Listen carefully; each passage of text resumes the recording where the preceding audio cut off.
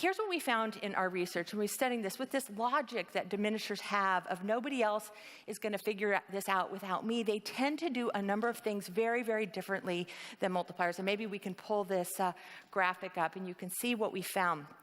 The first is how they manage talent. Diminishers tend to be empire builders. They love to hire smart people. They love to acquire smart people. But they don't utilize them fully. In fact, people become like little knickknacks in grandma's curio cabinet, like pretty little objects on display, but not particularly well utilized.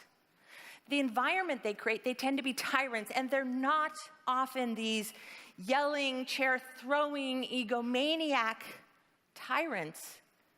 They're just people who create stress. What happens to our brains when we experience stress and anxiety?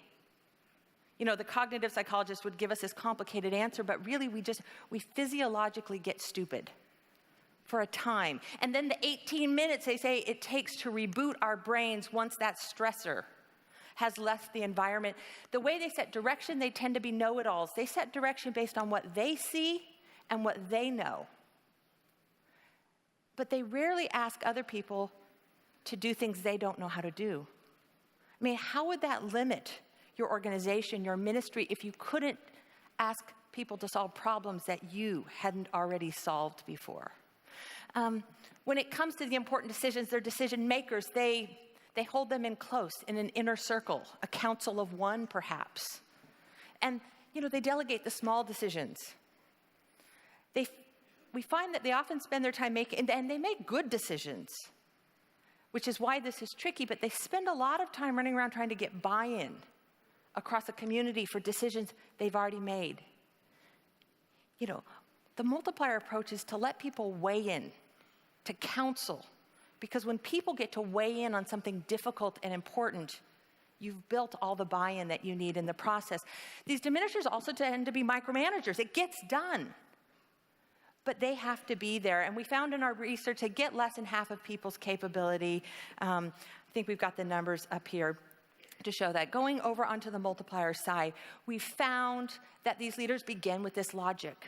You know, what do you do when you believe that people around you are smart and they're going to figure it out? What do you do when you believe your children are smart and will figure it out? You know, what does it cause you to do? What do you not have to do? They lead in a very different way than the diminishers. The way they manage talent, they tend to become talent magnets. They identify people's genius. Like Coach Gelwick saying, "John, you're fast. You have a gift for speed." They identify that genius and then help people put it to work at its fullest, at the most important problems and opportunities of the organization. When it comes to work environment, they're liberators. They create space for people to do their very best thinking, but it's a bit of a deal, an exchange. I'm going to give you space, but what do you owe me back in return? What do you owe me? You owe me your best thinking. They oblige people to give their best thinking to their work. They're challengers. They ask people to do hard things. In Pastor Bill's term, they make the big ask. They ask for the bold move. They invite people into this space of difficult and challenge, and they don't apologize for this invitation. They're debate makers. They're investors. When it comes to executing, they give other people the responsibility. They put other people in charge. And again, in Pastor Bill's language, I was reading Axiom is, you know, they create owners, not hirelings in their organization. People own the work. They're accountable for it. We found that they get almost all of people's capability. 95% is what came out of our research, very similar to what we found in this community just a week ago. But here's where it gets even more interesting.